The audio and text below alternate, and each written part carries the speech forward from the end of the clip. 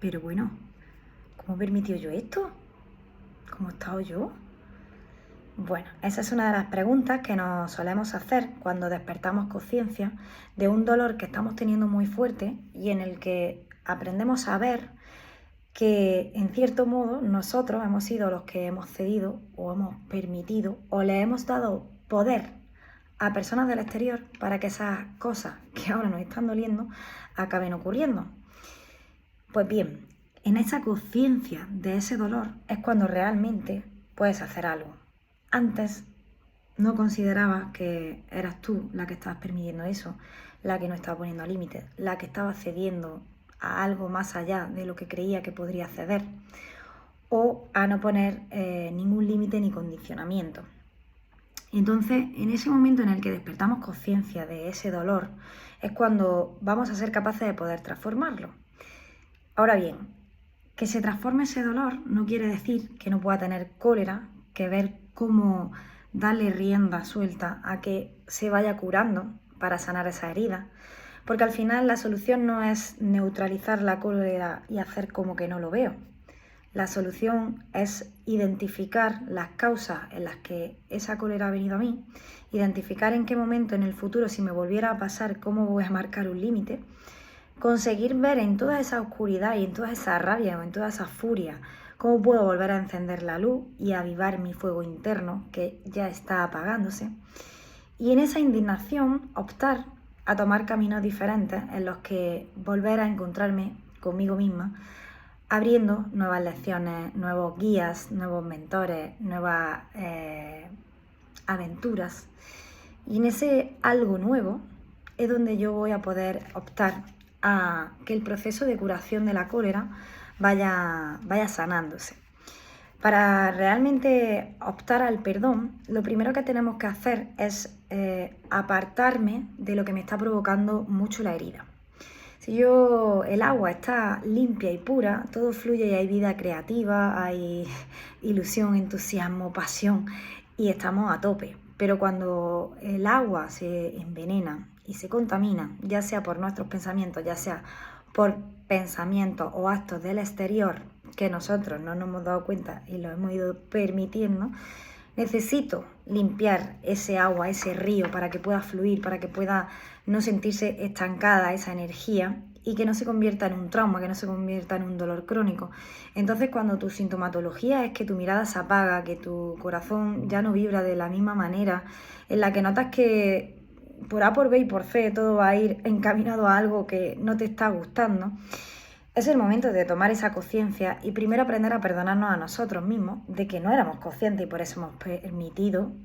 que se sobrepasen algunos de los límites que no supimos poner con firmeza. Entonces, en ese limpiar el río hay que aprender a saber reaccionar, porque cómo tú reacciones o tu impulso o tu irritabilidad o el dar rienda suelta a la cólera, el cómo lo hagas sí lleva unas consecuencias. Entonces, ese autodominio emocional hay que saber gestionarlo y a veces apartándonos de la herida para que no nos duela tanto, poniendo un poco de bálsamo en las cicatrices o en las zonas que están más vulnerables, para que cuando esté un poquito más fuerte poder abordar los temas, es una de las primeras etapas que tenemos que gestionar. El desencadenar esa cólera, buscar el momento en el que lo vamos a poder hacer de una manera más sana y no de una manera que arrastre todo por delante y que de alguna manera en el futuro me pueda sentir culpable más conmigo misma que con una conciencia tranquila.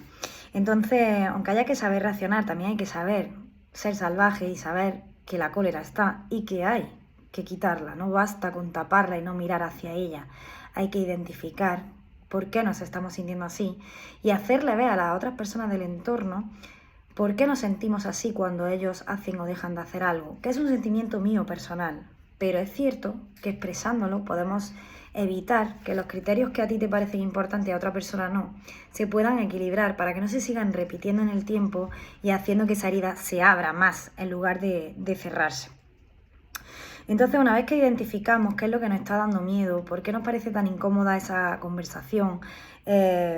se trata de aprender a proteger un poco nuestro tiempo y nuestra energía y nuestra entrega, que estábamos haciendo a un 100% a un lugar donde el agua no fluye, donde el agua está estancada o está envenenada. Entonces, en esa identificación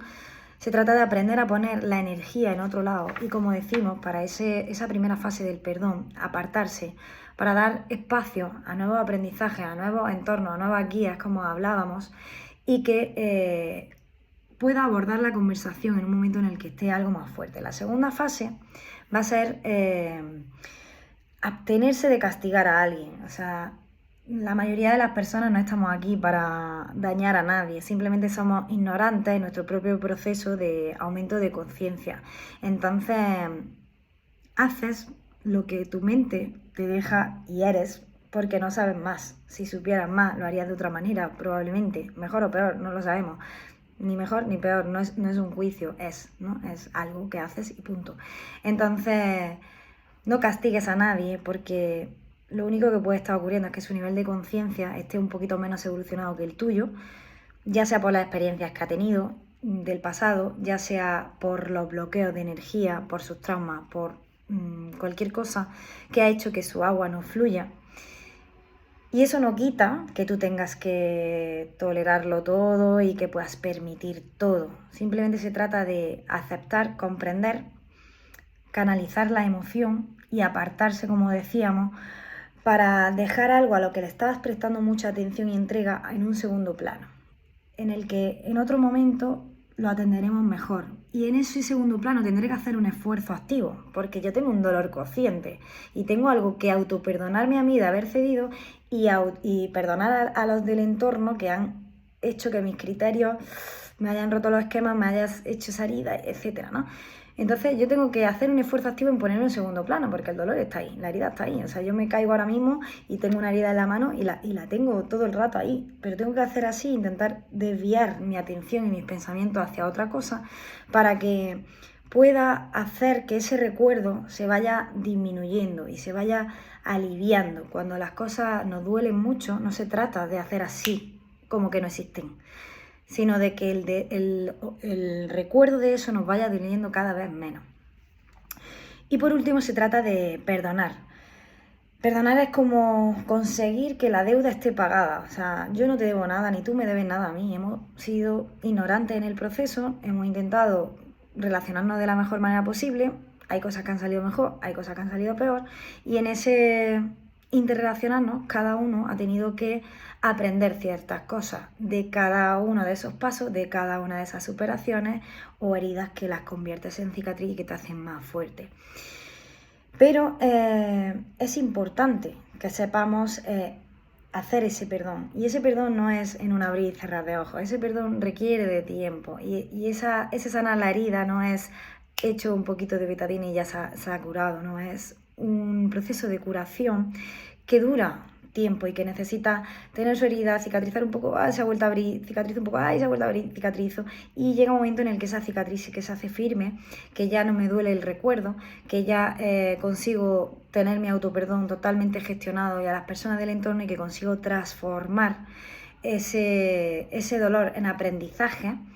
de vida, en aumentar mi nivel de conciencia, en identificar que era un obstáculo que necesitaba mi camino para que la próxima vez que vuelva a ocurrir algo similar sea capaz de identificar antes la trampa, sea capaz de valorarme antes a tiempo, sea capaz de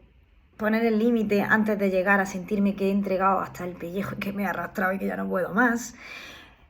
Y ahí es donde verdaderamente el proceso del perdón se estaría empezando a completar, en el que aprendo a compadecerme de los otros y no a enojarme, en el que aprendo a comprender el sufrimiento también de las personas y no una sensación de ataque continuo, sino de que hay un sufrimiento también al otro lado de la persona que te está haciendo daño o por la que tú estás sintiendo ese daño.